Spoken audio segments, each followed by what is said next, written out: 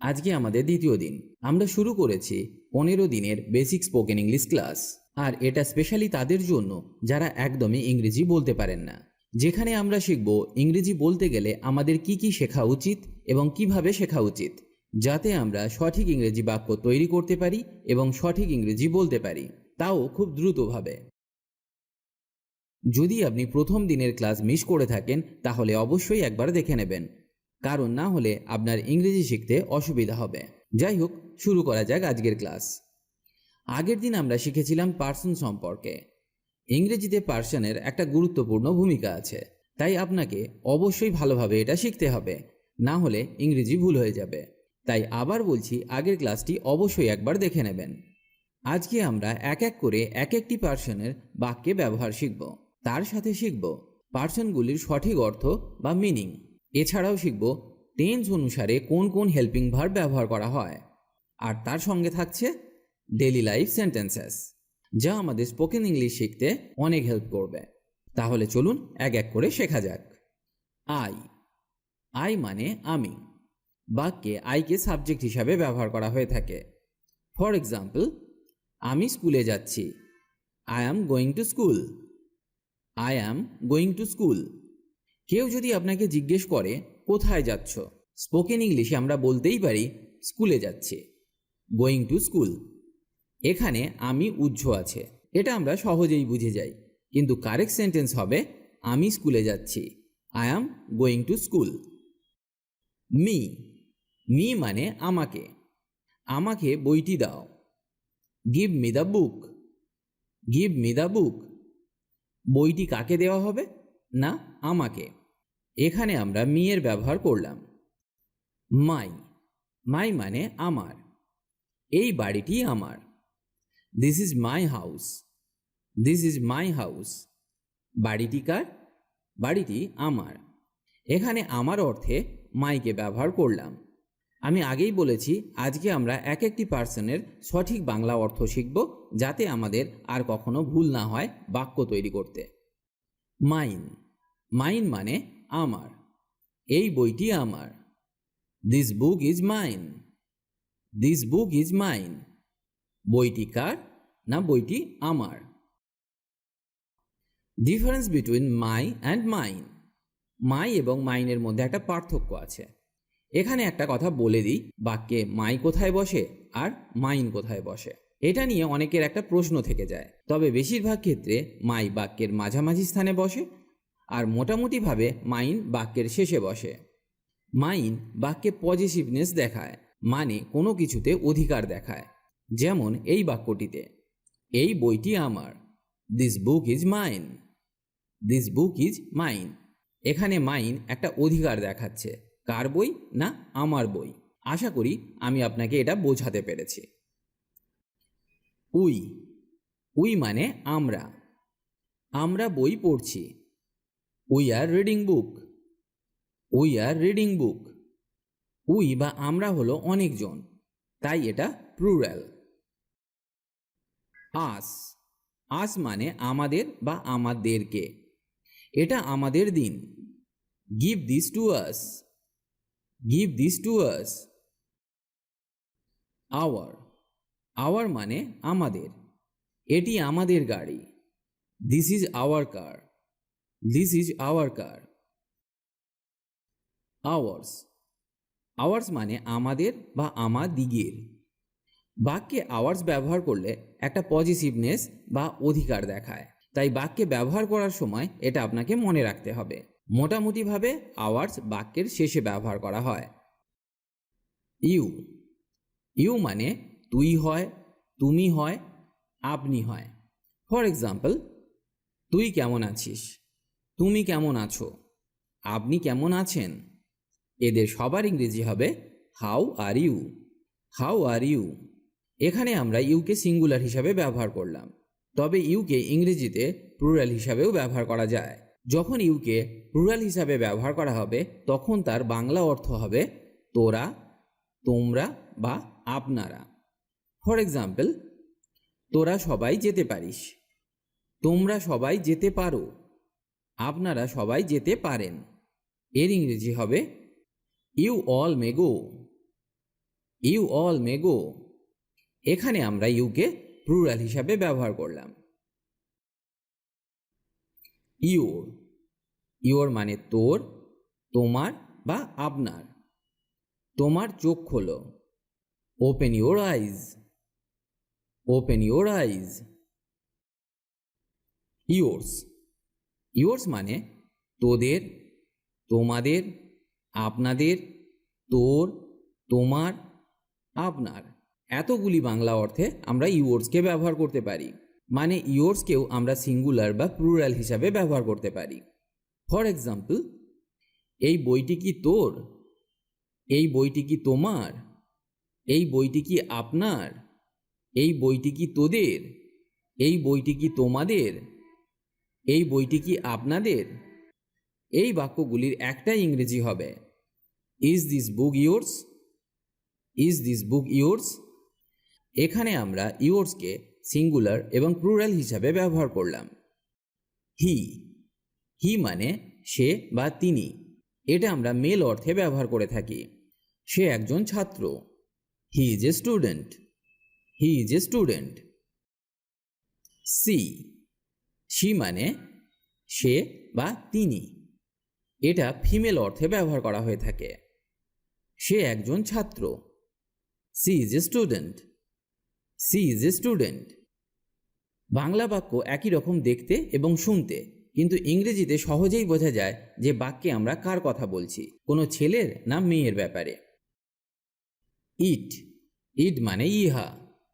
এটা তাকে দাও, give it to her, give it to her. এখানে যেহেতু হার আছে তাই বাক্যে এটি ফিমেল অর্থে ব্যবহার করা হয়েছে। আবার এটা তাকে দাও, give it to him, give it to him. এখানে হারের পরিবর্তে আমরা হিমকে ব্যবহার করলাম। এই বাক্যটা দেখে আমরা বুঝে যাব এটা মেল অর্থে ব্যবহার করা হয়েছে। নেম, যে কোনো নাম, যেমন রাম, শ্যাম, যদু, মধু, রহিম, জন, লিসা ইত্যাদি। যে কোনো নাম। যেমন সে তাকে ভালোবাসে, he loves her, he loves her. এই বাক্যটিতে হি আছে, আবার হারও আছে। আমরা হি এর বদলে বলতে পারি টম, আর হারের পরিবর্তে বলতে পারি লিসা। তাহলে বাক্যটি হবে টম লিসাকে ভালোবাসে, Tom loves Lisa, Tom loves Lisa. They, they মানে তারা বা ওরা। ফর এক্সাম্পল, তারা কি বন্ধু বা ওরা কি বন্ধু? তো এর ইংরেজি হবে আর দে ফ্রেন্ডস, আর দে ফ্রেন্ডস। হিম, হিম মানে তাকে। এটা মেল অর্থে ব্যবহার করা হয়ে থাকে। আমি তাকে চিনি না, I don't know him, I don't know him. এই ইংরেজি বাক্যটা দেখে সহজেই বোঝা যায় যেখানে একটি মেল সম্পর্কে কথা বলা হচ্ছে। হার, হার মানেও তাকে। হারকে ব্যবহার করা হয় ফিমেল অর্থে। তুমি কি তাকে চেনো? Do you know her, do you know her? His, his মানে তার। মেল অর্থে ব্যবহার করা হয়। আমি তার গান পছন্দ করি, I like his music, I like his music. Them, them মানে তাদের বা তাদেরকে। ফর এক্সাম্পল, আমি তাদের কাউকে পছন্দ করি না, I don't like any of them, I don't like any of them. Their, their মানে তাদের বা ওদের। ফর এক্সাম্পল, আমি তাদের ছবি পছন্দ করি, I like their pictures, I like their pictures. এটা তাদের গাড়ি, this is their car, this is their car. Theirs, theirs মানে তাদের বা ওদের। ফর এক্সাম্পল, ওই বইটি তাদের, that book is theirs, that book is theirs. আবার এই ধারণা তাদের, this idea is theirs, this idea is theirs. বাক্যে দেয়ার্স ব্যবহার করলে একটা পজিটিভনেস আসে বা অধিকার দেখায়। আজকে আমরা মোটামুটি যতগুলি শব্দের ব্যবহার শিখলাম এদের সবাইকে প্রোনাউন বলা হয়। প্রোনাউন নিয়ে আরও অনেক কিছু শেখার আছে, সেটা পরে আলোচনা করব। এটা বেসিক ইংলিশ স্পিকিং কোর্স, আর এটা স্পেশালি তাদের জন্য তৈরি করা যারা একদমই ইংরেজি বলতে পারেন না। তাই আমরা অল্প অল্প করে শিখব। যাই হোক, এদেরকে ভাগ করা হয় পার্সন দিয়ে। পার্সন 3 প্রকার: first person, second person and third person. এটা মনে রাখার একটা সহজ উপায় হলো আমি, আমরা ফার্স্ট পার্সন, তুমি, তোমরা সেকেন্ড পার্সন, বাকি সব মানে সে, তারা বা যে কোনো নাম ইত্যাদি থার্ড পার্সন। এই ছকটি ভালো করে মনে রেখে দিন, আপনার ইংরেজি শেখা অনেক সহজ হয়ে যাবে। এবার শিখব টেন্স অনুযায়ী এদের সাথে কি কি হেল্পিং ভার্ব ব্যবহার করা হয়। একজন আমাকে বলেছিলেন এদের ব্যবহার দেখিয়ে দিতে, তাহলে দেখে নেওয়া যাক। Present tense. প্রেজেন্ট টেন্সে আমরা আয়ের সাথে অ্যামকে ব্যবহার করে থাকি। যেমন আমি নিশ্চিত, I am sure, I am sure.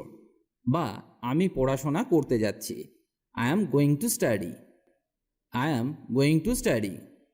আবার আয়ের সাথে হ্যাভকে ব্যবহার করা হয়। ফর এক্সাম্পল, আমার একটি কলম আছে, I have a pen, I have a pen. তবে এখানে have as a main verb ব্যবহার করা হয়েছে, not as a helping verb. আমি ভাত খেয়েছি, I have eaten rice, I have eaten rice. এখানে হ্যাভকে অ্যাজ এ হেল্পিং ভার্ব ব্যবহার করা হয়েছে। ইউ এর সাথে আরকে ব্যবহার করা হয়। যেমন তুমি পড়ছো, you are reading, you are reading. We এর সাথে আরকে ব্যবহার করা হয়। আমরা খুশি, we are happy, we are happy.